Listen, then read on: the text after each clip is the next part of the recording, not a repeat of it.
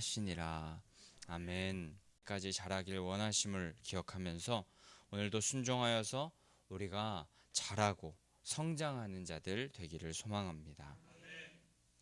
오늘은 세례 요한의 제자들을 만나는 예수님의 모습을 우리가 보게 됩니다.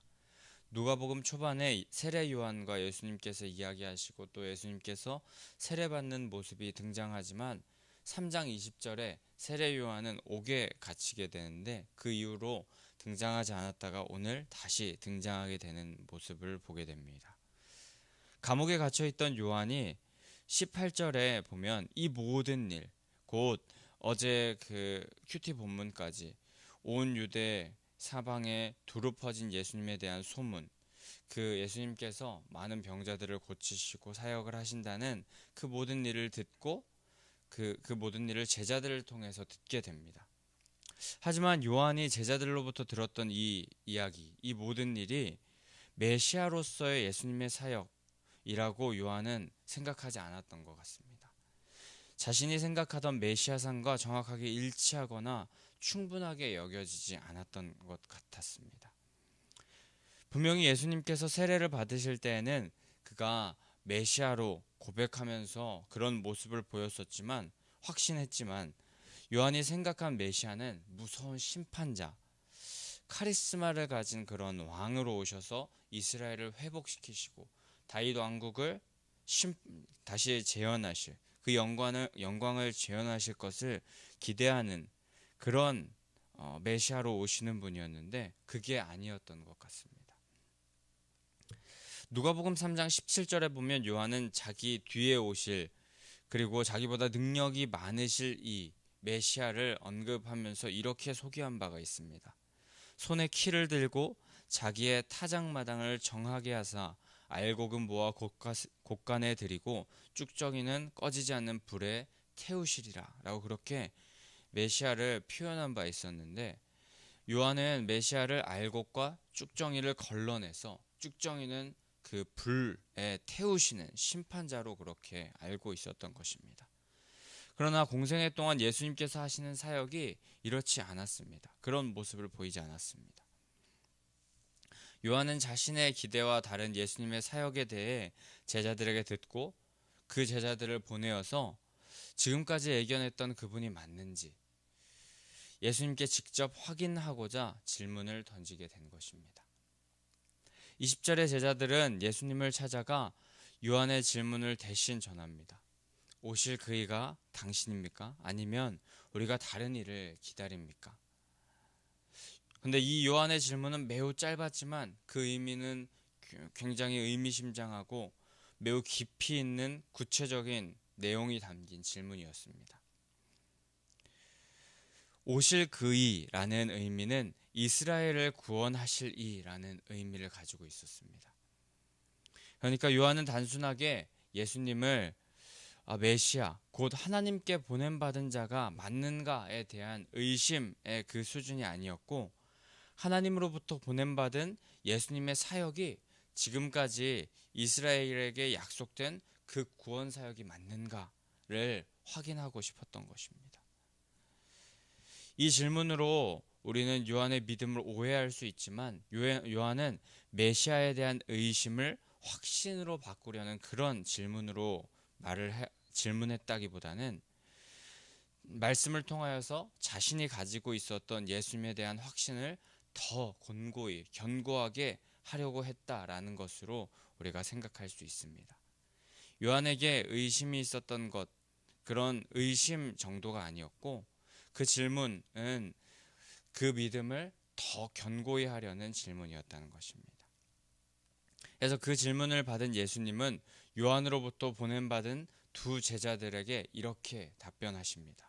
22절인데 예수님께서 대답하여 이르시되 너희가 가서 보고 들은 것을 요한에게 알리되 맹인이 보며 못 걷는 사람이 걸으며 나병 환자가 깨끗함을 받으며 귀먹은 사람이 들으며 죽은 자가 살아나며 가난한 자에게 복음이 전파된다 하라.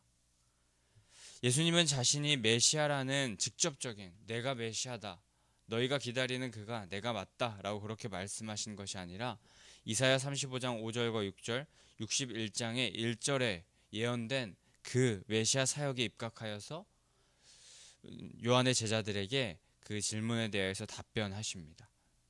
이것이 원래 구약의 말씀에서 예언된 진정한 메시아의 사역이었던 것입니다.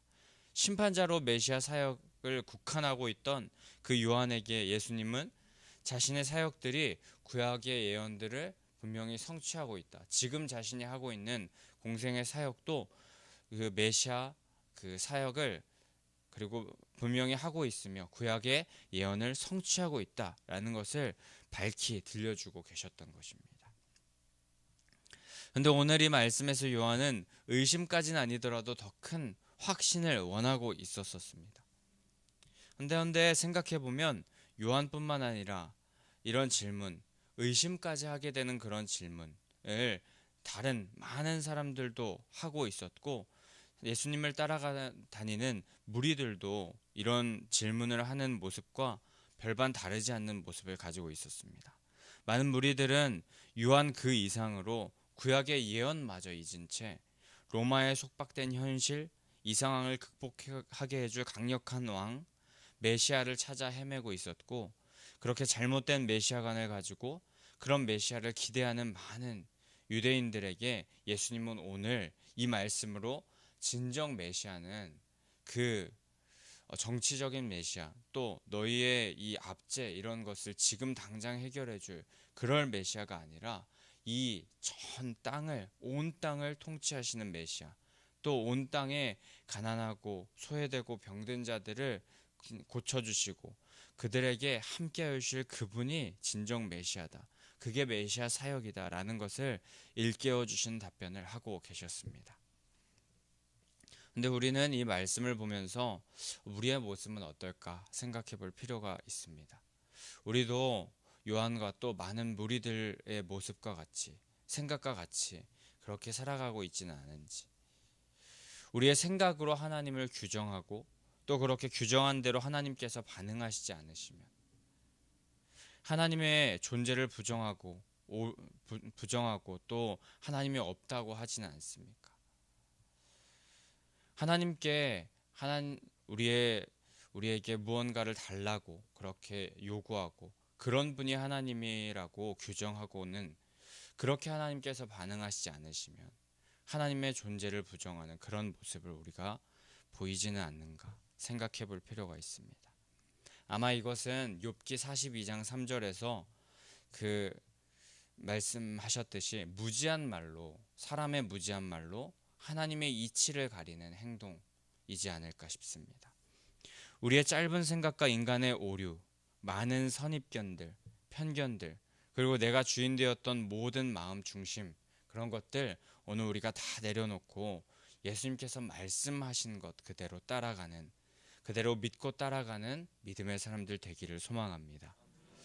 예수님께서는 꾸짖지 않으시고 우리와 함께 그 사역을 완성하시려고 하시는데 주님과 함께 우리의 부족함을 고백하고 함께 동행하여 달라고 구하여서 우리 승리자로 거듭나기를 소망합니다. 그렇게 되어서 표대를 향하여서 주님과 함께 달려나가는 믿음을 가진 사람들 되기를 간절히 소망합니다. 그리고 예수님은 22절에서 딱 지금 하시는 사역 또한 예언되어 있는 사역이라는 것 이것만을 딱 말씀하시고 답변하시고 요한이 기대하고 있었던 심판자 그 카리스마적인 지도자의 모습이 왜 나타나고 있지 않은지 이 사역을 왜 하고 있지는 않은지에 대해서 아무런 언급을 하고 있지 않으십니다. 메시아에게 알곡과 쭉정이를 거르고 쭉정이는 꺼지지 않는 불에 태우는 심판자의 역할이 있는 것은 분명했지만 현재 수행될 사역이 아니었기 때문입니다. 이는 미래에 행하실 역할이었습니다. 분명 예수님께서 하실 일이긴 했지만 때가 아니었습니다.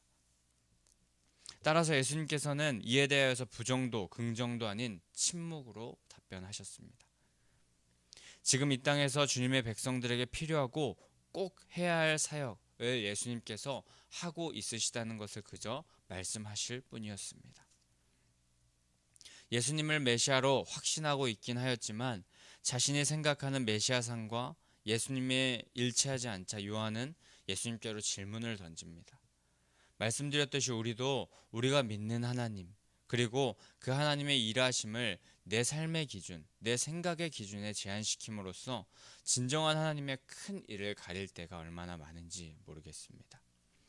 또한 신앙생활이 거듭되고 거듭될수록, 또 내 신앙에 열심히 더할수록 내가 믿는 하나님이 진정 하나님이지, 참 하나님이지 라는 생각으로 더욱더 견고해지기 마련입니다. 그러나 그런 모습은 어느 날 하나님께서 새로운 모습을 우리에게 경험시켜 주실 때, 또는 환난과 고난의 그런 하나님의 그 일하심을 우리가 경험하게 될 때, 많은 무리들과 같이 의심의 질문으로 그렇게 바뀌게 되지는 않을까. 그런 질문으로 우리가 바뀌는 모습을 우리가 보이곤 하는 우리의 모습이 있지는 않은가 생각해 봅니다. 요한은 이러한 질문의 과정을 자신의 그 믿음을 더 견고히 하고 자신의 확신을 더욱더 곤고히 하는데 사용했습니다만, 우리는 이 질문이 의심에서 출발할 때가 분명히 많고, 질문 후에 스스로 시험에 들기도 하며, 심한 경우에는 하나님을 떠나 살기를 결정하는 사람도 간혹 있습니다. 그렇게 의심과 불확신의 모습을 우리가 가지지 말아야 하고, 하나님을 향한 우리의 확신이 흔들리지 않기 위하여서 우리가 해야 할 일은 나에게로부터 눈을 들어서, 내가 주인 되었던 모습에서부터 눈을 들어 하나님께서 말씀하시는 그것만이 참임을, 하나님께서 항상 우리에게 말씀하시는 그것이 우리에게 진정 하나님이심을, 그것을 기억하면서 하나님과 눈을 맞추는 그 일을 우리가 해야 할 줄 믿습니다. 그렇게 주님과 눈을 맞추고 주님이 살아계심을 확신하고 믿는 사람이 먼저 되어야 할 줄 믿습니다. 그리고 그 이후에 요한과 같이 하나님으로부터 오고는 그 확신에서 출발된 질문, 그런 질문을 드리는 신앙이 우리의 믿음을 더 견고하게, 확고하게 더해줄 수 있을 줄 믿습니다. 신앙생활이 거듭되고 열심히 더해가면서 하나님을 잘 믿었다고 생각했는데, 어느 순간 갑자기 지금까지 믿어왔던 하나님의 모습과 전혀 다른 모습, 내 확신과 전혀 다른 그런 모습이 우리에게 다가온다면, 그 모습을 만날 때가 있다면, 지금까지 잘 믿었다고 생각했지만 여전히 내가 주인된 생각과 모습이 있었음을 우리는 깨닫고, 그것을 고백하면서 그 마음들은 겸손히 내려놓고, 지금 우리에게 자신에게 보이시는, 말씀하시는 하나님의 모습이 무엇인지 깨달아가기를, 그것을 애쓰기를 간절히 소망합니다.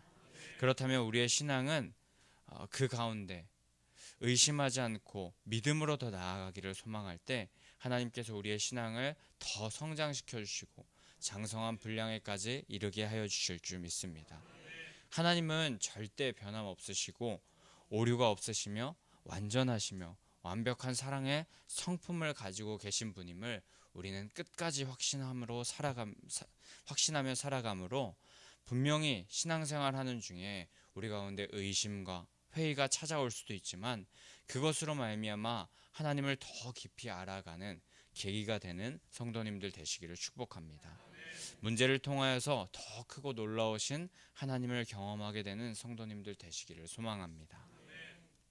예수님은 오늘도 그렇게 믿기를 결단하고, 내 생각, 내 지식과 다르다고 하여도 하나님께서 가장 바르고 선하다는 사실, 의지하는 자들을 회복시키시고 모든 문제의 근원이 되는 죄악의 문제를 해결해 주시는 그런 분이라는 걸 우리가 기억하며, 구원자 되신 주님을 여러분의 많은 선한 질문들 속에서 더욱더 경험하게 되시는 성도님들 되시기를 소망합니다. 나의 주인 되었던 모습들 다 내려놓고 주님께서 주인이시라는 고백 드리면서 나아갈 때, 부활하신 주님께서 이미 다 이루신 구원의 그 승리를, 그 역사를 우리에게 더욱더 견고히 하여 주실 줄 믿습니다. 우리 안에 이미 계신 성령 하나님 의지하여서 오늘 함께 예배하는 성도님들의 신앙이 선한 질문들의 답을 찾아가는 귀한 신앙들, 더 견고해지는 신앙 되기를 간절히 소망하고 축복합니다. 우리 그럼 이 시간에 함께 384장 찬송하신 후에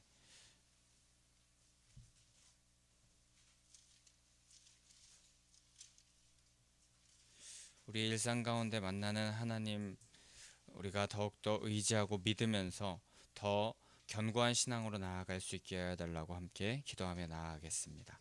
384장 함께 찬송하신 후에 기도하실 텐데, 부활신앙 및 성전 건축을 위한 기도 제목